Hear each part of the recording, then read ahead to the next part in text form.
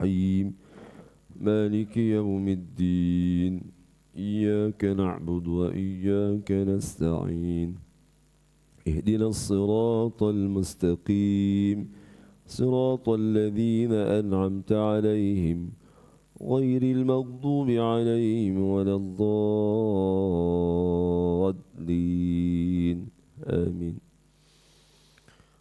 إن الحمد لله نحمده ونستعينه ونستهديه ونستغفره ونعوذ بالله من شرور أنفسنا من سيئات أعمالنا من يهده الله فلا مضل له ومن يضلله فلا هادي له أشهد أن لا إله إلا الله وحده لا شريك له وأشهد أن محمدا عبده ورسوله هو الذي أرسل رسوله بالهدى ودين الحق ليظهره على الدين كله ولو كره المشركون.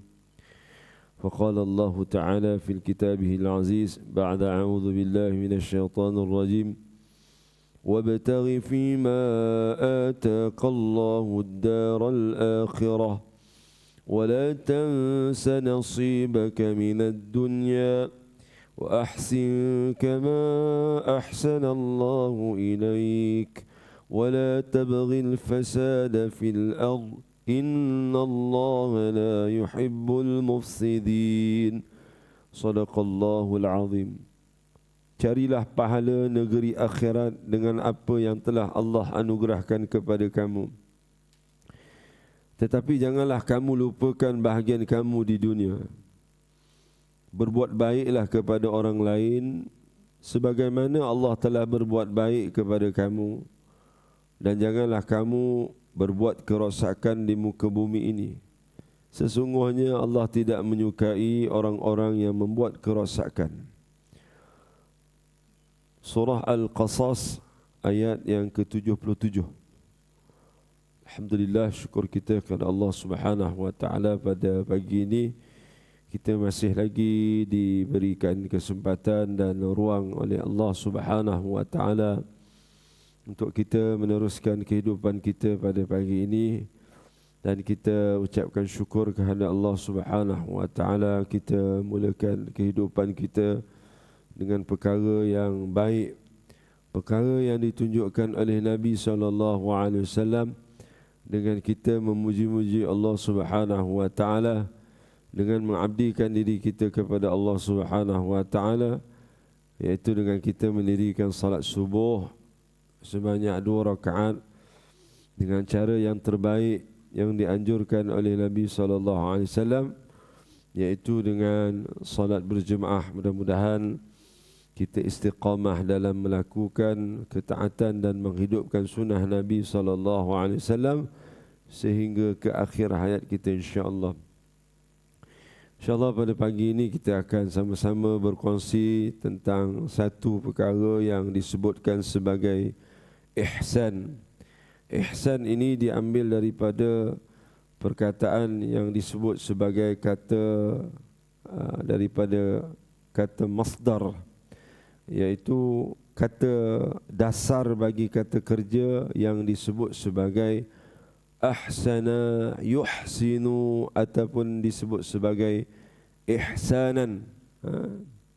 Ini disebut ahsan yuhsinu ihsanan, yang membawa maksud kebaikan ataupun mencantikkan, membaguskan. Itu maksud ihsan.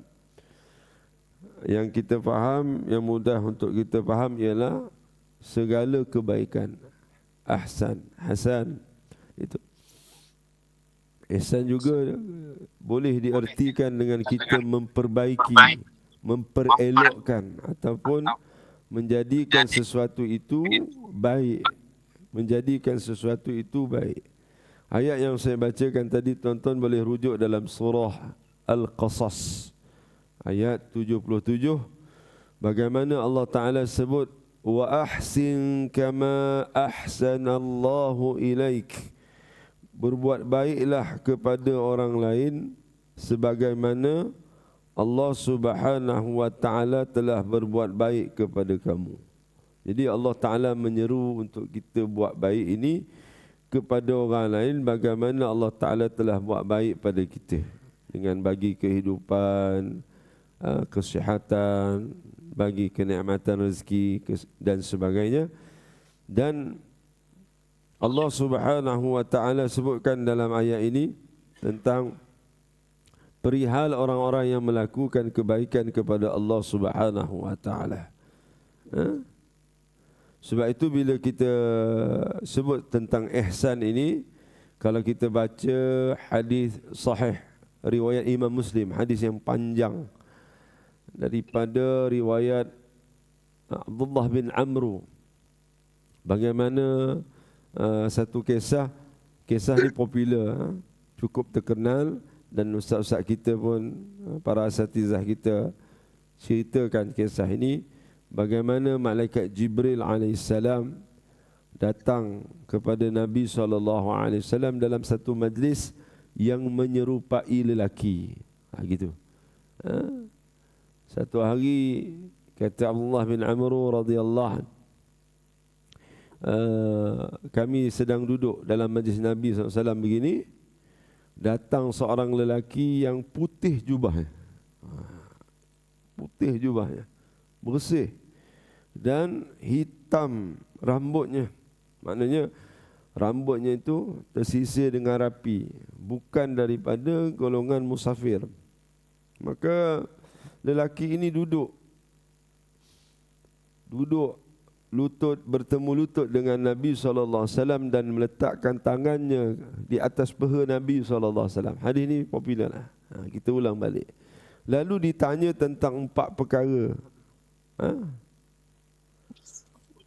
Apa tu Islam, apa tu iman, apa tu ihsan, apa tu hari kiamat. Ditanya secara direct kepada Nabi SAW. Lalu lelaki itu habis tanya, dia bangun terus beredar. Sahabat-sahabat yang lain ni macam tercengang. Tiba-tiba datang tanya kan. Jadi Nabi SAW sebut, tahukah kamu wahai sahabat-sahabatku, itulah malaikat Jibril AS yang datang mengajarkan kalian tentang agama kamu. Lalu salah satu perkara yang ditanya oleh malaikat Jibril itu yang menyerupai lelaki itu adalah fakhbirni 'anil ihsan. Dia kata, beritahu kepada aku tentang ihsan ni apa wahai Muhammad. Ditanya secara terus. Qala Rasulullah sallallahu alaihi wasallam, an ta'budallah ka'annaka tarah. Nabi sallallahu alaihi wasallam sebut ihsan itu, hendaklah engkau beribadah kepada Allah seakan-akan engkau melihatnya. Fa in lam takun tarahu fa innahu yarak. Nabi sebut, kalaulah engkau tidak dapat melihatnya, sesungguhnya dia melihat kamu. Itu ihsan. Kita beribadahlah kepada Allah seolah-olah kita melihat Allah di hadapan kita.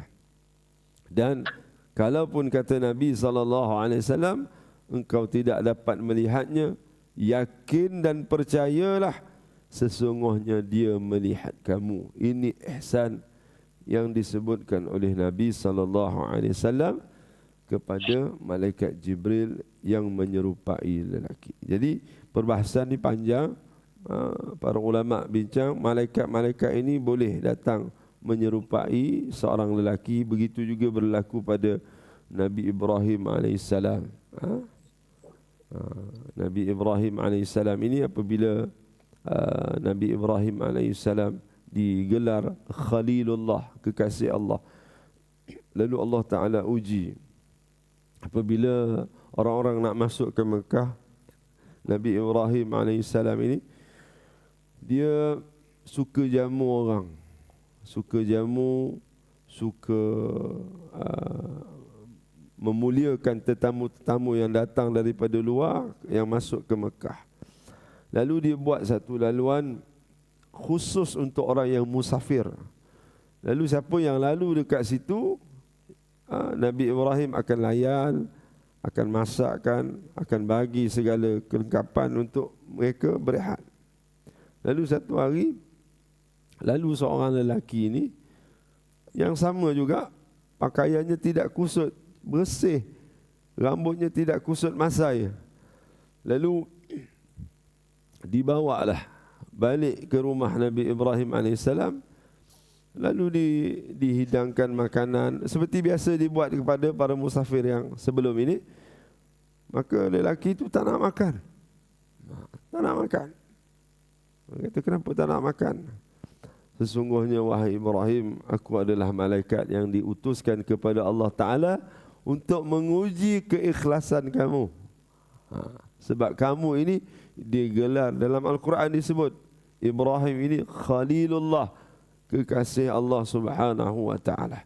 Jadi tuan-tuan yang dirahmati Allah, ada pelbagai cara Allah Subhanahu wa Ta'ala nak turunkan malaikat-malaikat ini. Kata para alim ulama dalam membahaskan hadis ini, sama ada menyerupai lelaki.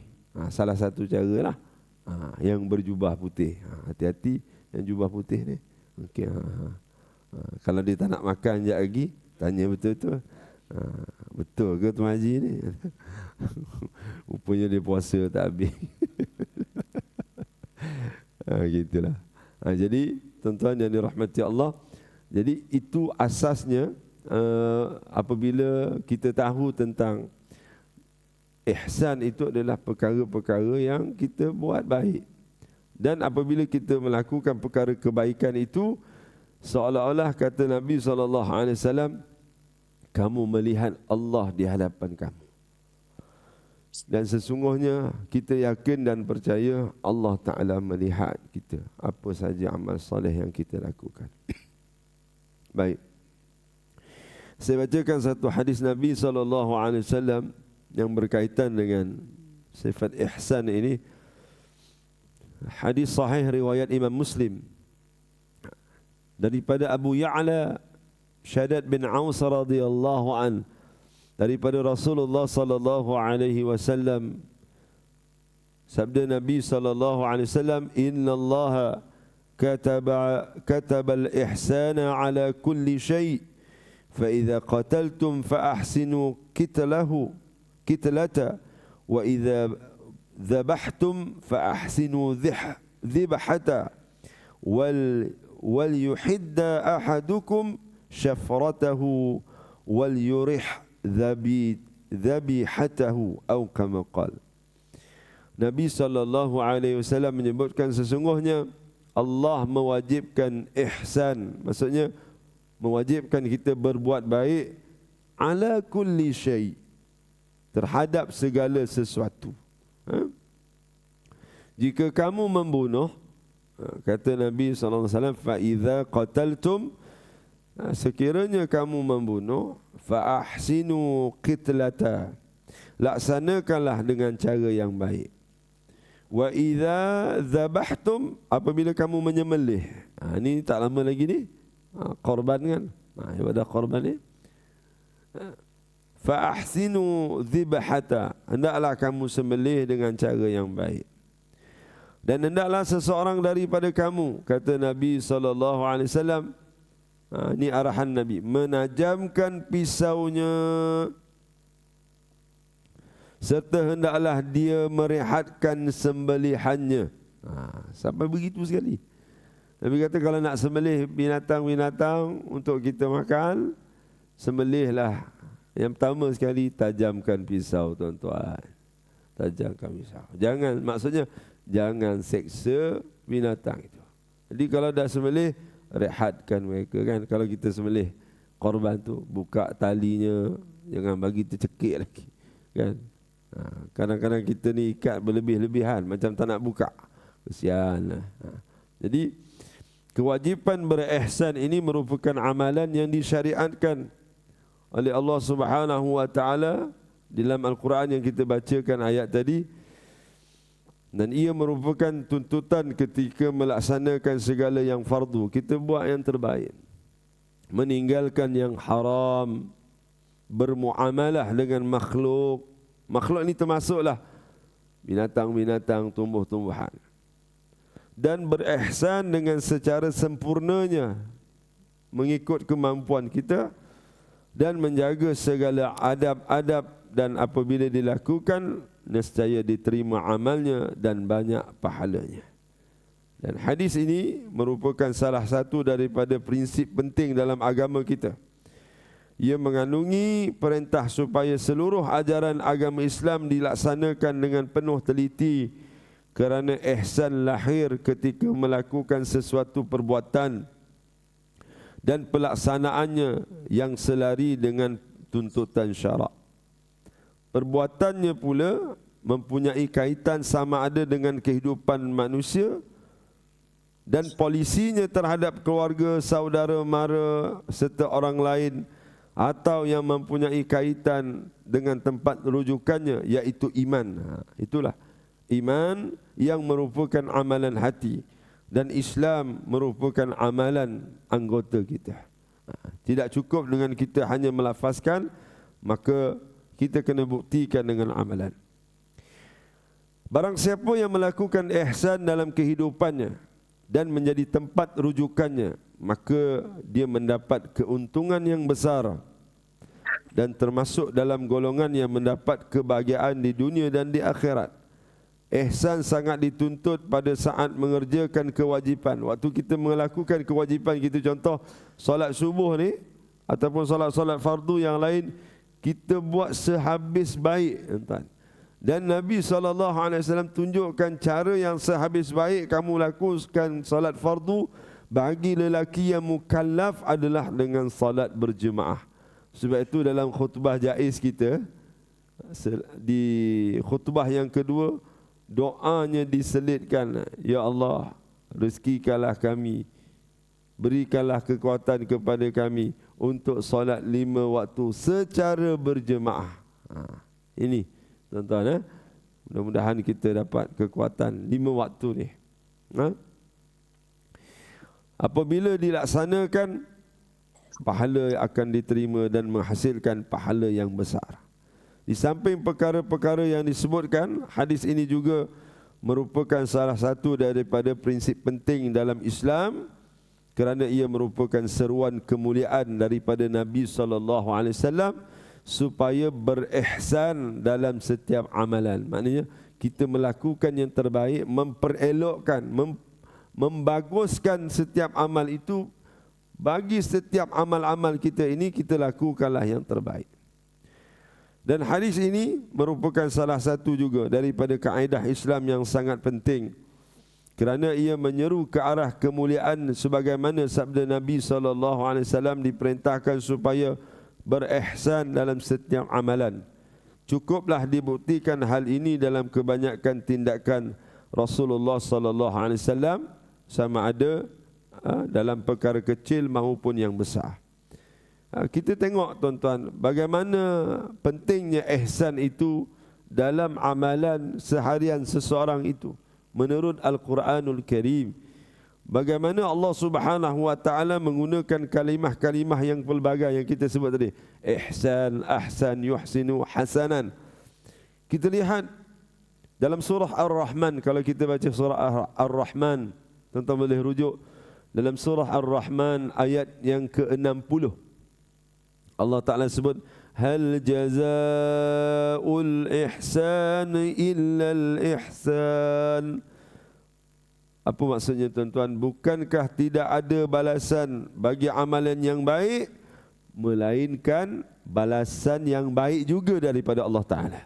Kita buat baik tuan-tuan, yakin Allah Subhanahu wa Ta'ala sama sekali tidak akan sia-siakan kita. Kita bersusah payah datang solat subuh ni tuan-tuan, Allah sama sekali tidak akan sia-siakan orang yang betul-betul jaga solat subuh ni. Orang yang betul-betul jaga solat sunat subuh, solat sunat fajar sebelum kita solat subuh tadi, dia betul-betul jaga, dia melangkah ke masjid, dia menempuh sejuk ni, embun pagi ni, bangun pagi mandi dengan penuh kekuatan. Allah Ta'ala tidak akan sia-siakan berdasarkan firman Allah Ta'ala dalam surah Ar-Rahman ini. Tidak ada balasan baik bagi amalan yang baik, melainkan balasan yang baik juga. Adapun kalau kita buat baik pada manusia, tidak dibalas, tidak diingati oleh manusia, tak apa tuan-tuan. Yakin Suatu hari nanti Allah Ta'ala akan balas juga yang baik itu kepada kita. Kalau tidak di dunia, di akhirat kelak. Dan pada khutbah yang kedua juga, pada hari Jumaat, apabila dibacakan ini tuan-tuan, bermaksud khutbah nak habis lah. Di khutbah nak habis, dia tahu bila tuan imam kita baca ayat ni, khutbah nak habis, dia pun baru terjaga, nak habis lah. Ataupun orang sebelah dia, sudah-sudahlah tu. Dia katakan, waktu itulah yang paling nyenyak tidur kan. Disebutkan oleh Allah Ta'ala, innallaha ya'muru bil adli wal ihsan. Sambung tuan-tuan. 10 tahun dah dengar ni. Wa ita'i dzil qurba wa yanha 'anil fahsya'i wal munkari wal bagh ya'idzukum la'allakum tadhakkarun. Ini perintah Allah Ta'ala. Sesungguhnya Allah menyuruh kamu berbuat adil, bil adli, satu, wal ihsan, dan berbuat kebaikan. Ini perintah Allah, buat baik, serta memberi bantuan kepada kaum kerabat. Kita bantu kaum kerabat kita. Ini perintah Allah. Yang ada pertalian darah dengan kita ini, kita utamakan dulu.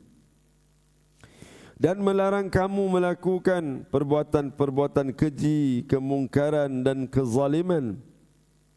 Dan dia mengajar kamu dengan suruhan dan larangan ini supaya kamu mengambil peringatan. Surah An-Nahli ayat 90. Perintah Allah Ta'ala suruh kita buat kebaikan. Dalam ayat yang lain, Allah Subhanahu wa Ta'ala menyebutkan, alladzina yunfikuna fis sarra'i wad-dharra' wal kadhimina al-ghayz wal 'afina 'anil nas wallahu yuhibbul muhsinin. Tuan-tuan boleh rujuk dalam surah Ali Imran ayat 134. Apakah ciri-ciri ihsan itu? Ciri-ciri ihsan itu apa? Tuan-tuan buka dalam surah Ali Imran ayat 134. Yang ni kita boleh baca jugalah pada orang yang sedang marah. Kita baca ayat ni. Sebab dalam tu wal kadhiminal ghaiz, orang-orang yang menahan marah.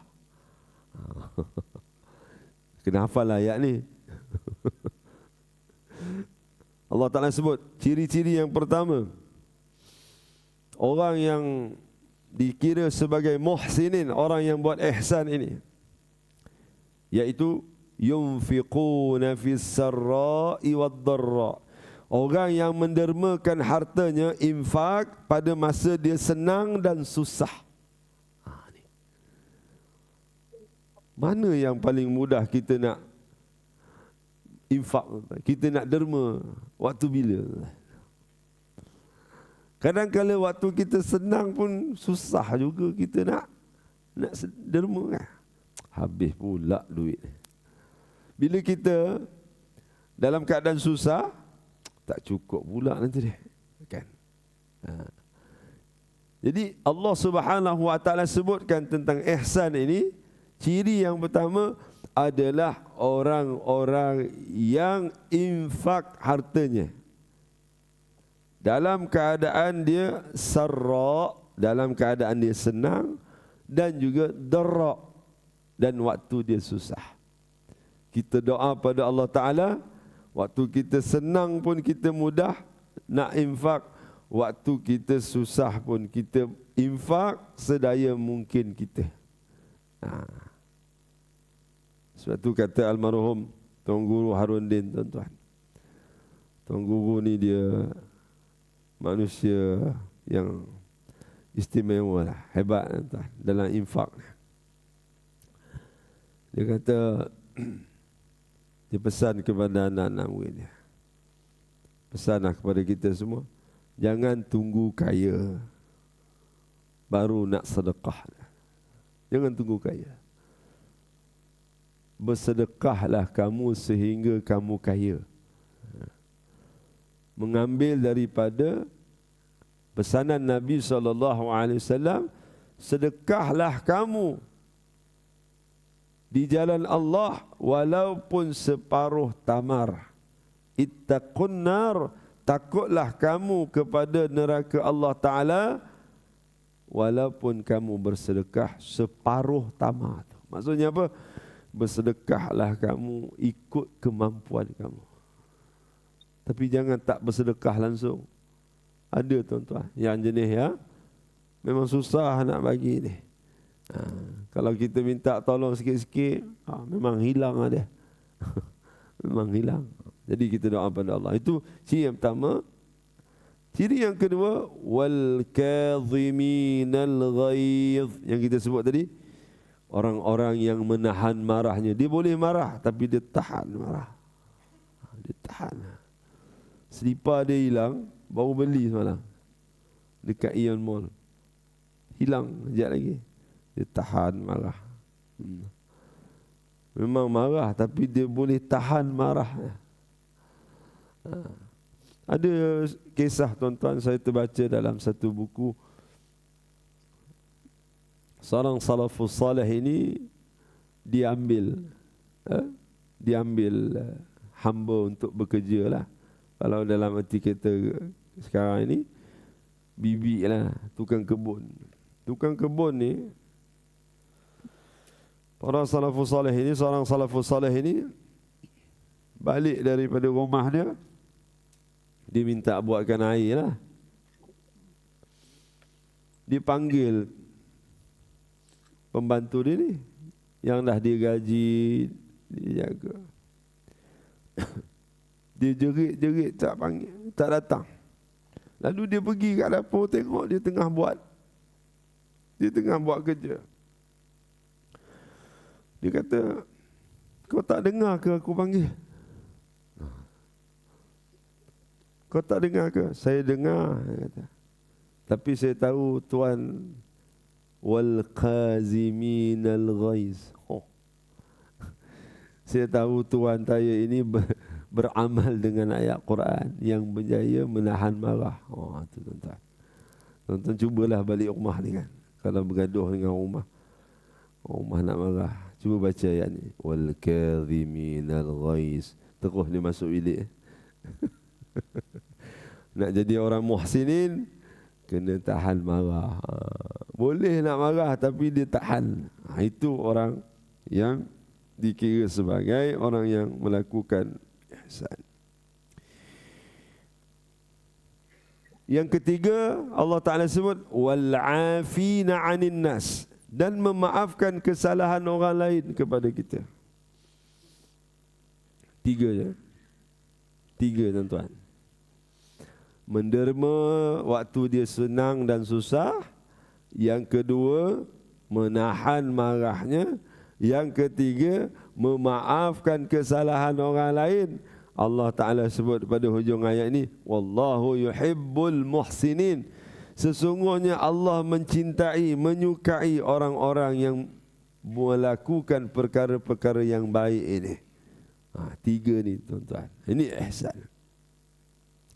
Dan pada ayat yang lain Allah Ta'ala sebut wala tufsidu fil ardi ba'da islahiha wad'u khawfan wa tama'a inna rahmatallahi qaribun minal muhsinin.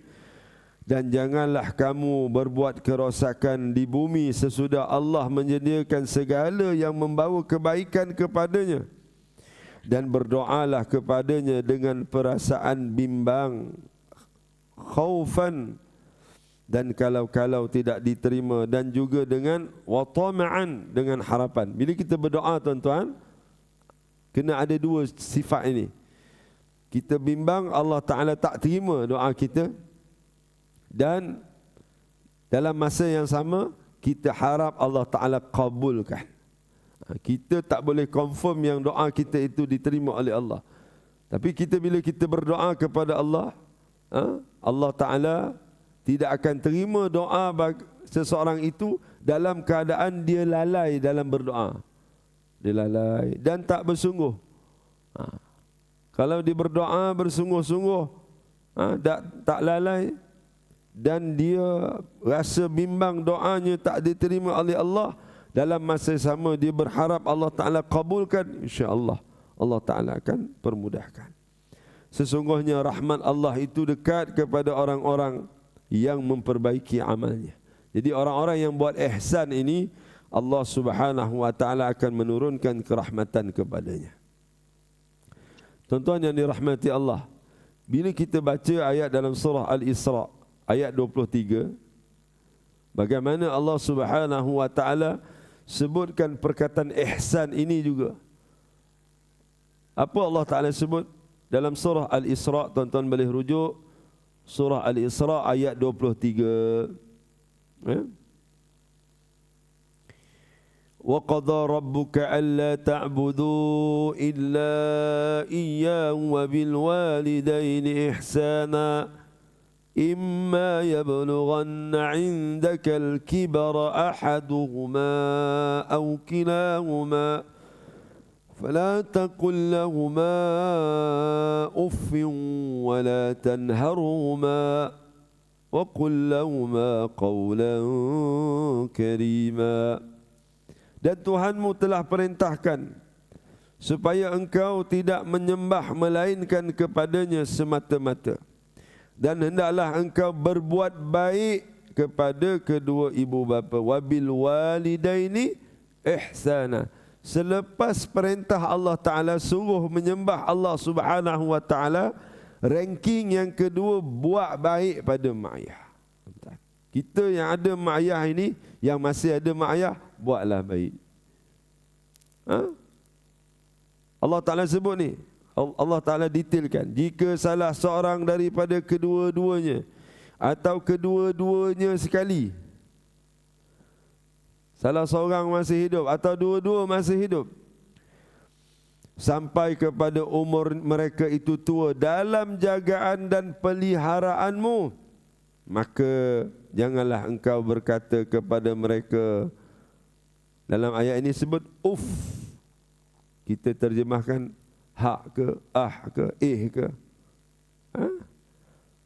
dan janganlah engkau menengking-nengking atau menyergah mereka. Allah Ta'ala perintahkan di hujung ayat ini, katakanlah kepada mereka qawlan karima. Cakaplah pada mereka ini perkataan-perkataan yang mulia. Cakap perkataan-perkataan yang mulia ini merupakan salah satu ihsan kita kepada kedua ibu bapa kita, bagi yang masih hidup. Yang sudah meninggal dunia, kita ingatkan balik, tuan-tuan. Yang dah meninggal dunia, kita sedekah atas nama arwah mak ayah kita, boleh. Kita baca Quran, sama ada kita niat atau tidak niat, seorang anak yang baca Quran pada mak ayahnya, pahalanya sampai kepada mak ayahnya. Kita sambung silaturahim kepada kawan-kawannya yang baik ketika dia hidup. Yang ada adik-beradiknya yang masih hidup, kita ziarah. Maknanya pakcik, makcik kita ni. Yang mana tempat yang suka dia pergi ataupun yang dia selalu ziarah, kawan baik dia. Mungkin dia tak kenal kita, kita kenalkanlah. Saya anak arwah sekian-sekian, dulu dengan pakcik ni kawan baik. Sambung silaturahim, itu pun mendatangkan pahala. Dan yang paling utama, tuan-tuan, adalah doa anak-anak yang saleh ini. Doa anak-anak kepada kedua ibu bapanya. Kata Imam Asy-Syadhuni, Allah Ta'ala perintahkan supaya kita ini berihsan kepada kedua ibu bapa. Dan ahli tafsir mengatakan, digandakan ibadah kepada Allah dengan berbakti kepada kedua ibu bapa, menggambarkan hak kedua-duanya begitu besar, tuan-tuan. Kita buat baik kepada mak ayah ini digandakan pahala seolah-olah kita beribadah kepada Allah ini berlipat kali ganda pahalanya. Sebab rankingnya yang kedua. Selepas Allah Ta'ala perintahkan untuk kita sembah Allah Subhanahu Wa Ta'ala, kena buat baik kepada kedua ibu bapa kita. Tuan. Dalam ayat yang lain, Allah Subhanahu Wa Ta'ala menyebutkan lilladzina ahsanul husna wa ziyadah, untuk orang-orang yang berusaha menjadikan amalnya baik, dikurniakan pahala, dikurniakan pahala yang terbaik di syurga. Dan satu tambahan yang lain yang cukup istimewa itu dapat melihat Allah, wala yarhaqu wujuhum qatarun wala dhillah ulaika ashabul jannah hum fiha khalidun. Muka mereka berseri-seri, tidak diliputi sebarang kesedihan dan kehinaan. Mereka itulah ahli syurga, mereka kekal di dalamnya selama-lamanya. Surah Yunus ayat 26. Allah Ta'ala sebut orang yang berusaha memperbaiki amalnya ini juga dikategorikan sebagai orang-orang yang ihsan, yang Allah Subhanahu Wa Ta'ala akan kurniakan yang terbaik kepadanya, iaitu syurga Allah Subhanahu Wa Ta'ala. Dengan apabila dia masuk ke dalam syurga Allah Subhanahu Wa Ta'ala, wujuhuhum qatarun wala dhillah, muka mereka ini berseri-seri dan tak ada lagi kesedihan lah. Sebab usaha dia nak memperbaiki amal-amalnya. Sebab itu tuan-tuan, kita kena usaha untuk memperbaiki amal-amal kita ini dari hari ke hari. Kita rujuklah kepada orang-orang yang ahlinya supaya kita tidak tersasar, supaya kita tidak tersalah dalam melakukan amal-amal kita. Baik. Surah Yunus ayat yang ke-26. Pada ayat yang lain Allah Ta'ala sebut, wa qila lil ladzina taqaw madza anzala rabbukum qalu khaira lil ladzina ahsanu fi hadhihi dunya hasanah waladarul akhirati khair wala ni'ma darul muttaqin. Dan ditanya pula kepada orang-orang yang bertakwa, apakah yang telah diturunkan oleh Tuhan kamu? Mereka menjawab, kebaikan. Orang-orang yang membuat kebaikan di dunia ini beroleh balasan yang baik. Ini janji Allah. Orang yang buat baik dekat dunia ini, Allah Ta'ala akan balas dengan balasan yang baik. Yakin yang ni tuan-tuan, yakin. Kita ulang dan ulang peringatan ni. Biarlah kita buat baik pada manusia, manusia tu balas dengan yang buruk.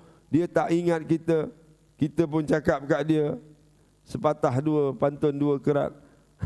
Seperti kacang lupakan kulit. Tak apalah, biarlah dia lupa pun, tak apa. Ustaz waktu dia susah dulu, anak dia nak sekolah, nak masuk universiti, jumpa saya Ustaz, jumpa kami ni.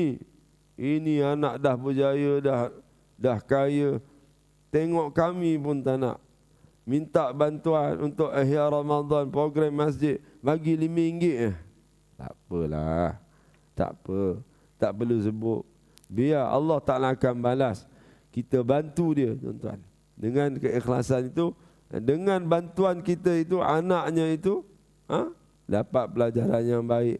Dia tabur pula jasa dan baktinya kepada masyarakat, berpahala kita insya-Allah. Sesungguhnya balasan yang negeri akhirat itu lebih baik. Waladarul akhirati khair, dan memanglah negeri akhirat itu adalah sebaik-baik negeri bagi orang-orang yang bertakwa. Surah An-Nahl ayat 30. Pada ayat yang lain tuan-tuan, ini selalu kita baca dalam surah Al-Kahfi. Semalam kita baca surah Al-Kahfi, hari Jumaat. Semalam hari Sabtu.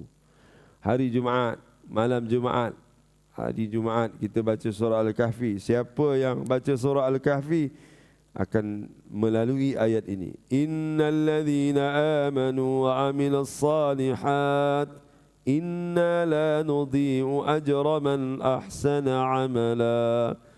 Sesungguhnya orang-orang yang beriman dan yang beramal saleh, tentulah kami tidak mensia-siakan pahala orang-orang yang berusaha memperbaiki amalnya. Di hujung ayat ini Allah Ta'ala kata, Allah tidak akan sia-siakan orang yang membuat ihsan, orang yang melakukan kebaikan ini, orang yang nak memperbaiki amal-amalnya setiap hari. Allah Ta'ala tidak akan sia-siakan, tuan-tuan. Sebab itu banyak dalam ayat-ayat Quran ini yang jelas menunjukkan keluasan kita melakukan ihsan kepada Allah Subhanahu wa Ta'ala. Baik. Saya bacakan sebuah hadis riwayat Imam Ahmad, Imam Tirmizi, Imam Ibn Majah, Imam At-Tabrani dan Imam Al-Baihaqi. An Abi Hurairah radhiyallahu anhu qala Rasulullah sallallahu alaihi wasallam, ittaqil maharima takun 'abdan nas warda bima qasama Allahu laka takun aghnan nas wa ahsin ila jarika takun mu'minan wa habba lin-nasi ma tuhibbu li nafsika takun musliman wa la tukthirid dhahik fa inna kasratud dhahik tumitul qalb. Kata Nabi sallallahu alaihi wasallam, ni peringatan untuk kita. Takutlah berkaitan dengan keluarga atau mahram kamu. Nescaya kamu menjadi manusia yang paling kuat beribadah. Redalah dengan pembahagian Allah kepada kamu. Nescaya kamu menjadi sekaya-kaya manusia. Jangan kita banding bezakan dengan orang yang Allah Ta'ala beri kelebihan. Allah Ta'ala bagi kepada kita ini, kata Nabi SAW, kita kena reda. Sampai saat ni je Allah Ta'ala nak bagi kita. Maka itulah orang yang sekaya-kaya manusia di muka bumi Allah Ta'ala ini. Berbuat baiklah. Wa ahsin ila jarika, kata Nabi SAW, buatlah baik kepada jiran kamu, nescaya kamu menjadi orang yang beriman. Wa ahabba linnas, dan kasihilah manusia sebagaimana kamu kasih kepada diri kamu, nescaya kamu menjadi orang Islam. Nak jadi orang beriman, kata Nabi SAW, buat baik pada jiran. Buat baik pada jiran. Selalu disebut perkara ini. Buat baik pada jiran. Semalam ada soalan. Ahli Jumaah saya lah. Dia tanya, Ustaz, saya sebut juga hadis ni tentang jiran ni. Dia kata, Ustaz sebut tadi orang yang beriman kepada Allah dan hari akhirat. Man kana yu'minu billahi wal yaumil akhir. Orang yang beriman kepada Allah dan hari akhirat adalah orang yang berbuat baik kepada jiran. Dia tanya. Dia kata, Ustaz, jiran saya, dia kata, jiran saya adalah anak buah isteri saya. Dia kata, dia tak buat baik pada kami. Dia kata, alasannya, kami buat rumah di tanah sebelah arwah maknya. Sejak kami buat rumah di sebelah tu, memang macam-macam dia buat. Macam mana Ustaz? Dia kata, yang pertama sekali saya kata, kita terus buat baik pada dia. Apa saja yang dia lakukan, hantarlah makanan ke apa ke, kita buat baik. Yang kedua, kita doa untuk dia, mudah-mudahan dia berubah satu hari nanti. Yang ketiga, kita kena kesian dan sedih lah, sebab yang buat itu bukan orang lain, macam darah daging kita juga. Dia termasuklah jiran. Dia buat rumah di sebelah rumah mak dia. Mak dia tu dah okey lah. Cuma anaknya ni yang lebih-lebih. Saya tanya, berapa tahun dah Tuan Haji buat rumah? Dia kata dah 5 tahun. 5 tahun macam-macam dia buat. Tapi kita teruskan buat baik, hantar makanan ke, cakap yang elok. Kita jangan lawan dengan orang yang tak faham ni. Baik. Jadi berbuat baik dengan jiran ini, kata Nabi SAW, kamu akan dapat sifat orang yang beriman kepada Allah Subhanahu wa Ta'ala. Dan mengasihi orang lain itu, nescaya kamu akan menjadi orang Islam yang baik. Dan di hujung hadis ini, kata Nabi SAW, janganlah kamu banyak ketawa. Sesungguhnya banyak ketawa itu mematikan hati kamu. Ketawa ini banyak mematikan hati-hati. Bila tanda hati yang mati ini tuan-tuan, antara tanda-tanda awal, malas beribadah. Malas beribadah, badan berat. Sebab banyak ketawa. Jadi kita kawal-kawal ketawa kita, insya-Allah. Hadis yang terakhir tuan-tuan, hadis riwayat Imam Al-Haythami dan Imam At-Tabarani. Dalam membicarakan tentang ihsan ini, qala Rasulullah sallallahu alaihi wasallam, in ahbabtum an yuhibbukumullahu ta'ala wa rasuluh. Jika kamu suka supaya Allah dan Rasulnya kasih kepada kamu, Nabi bagi syarat. Siapa nak kasih Allah dan kasih Rasulnya, fa'addu idza tumintum, hendaklah dia menunaikan amanahnya. Amanah kita sebagai mak ayah, amanah kita sebagai ketua keluarga, kita jalankan sebaik mungkin. Kalau kita nak kasih sayang Allah Subhanahu wa taala dan Rasulnya, hendaklah menunaikan amanah.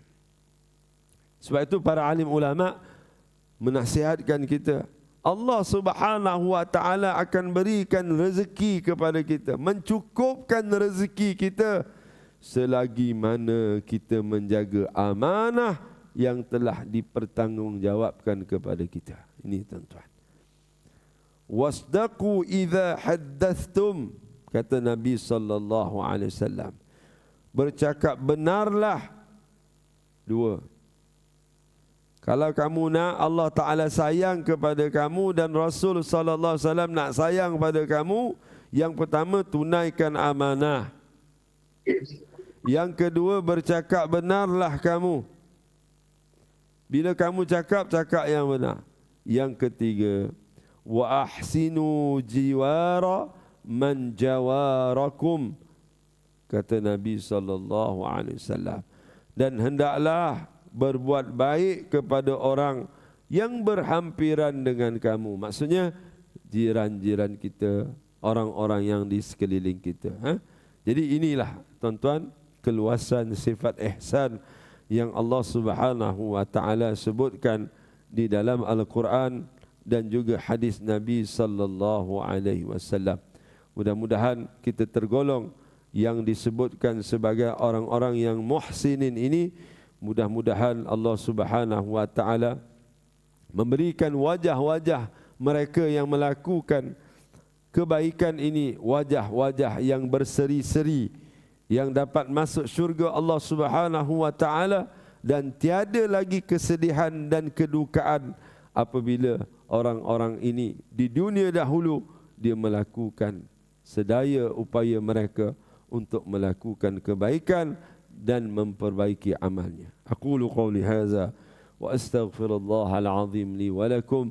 Assalamualaikum warahmatullahi wabarakatuh.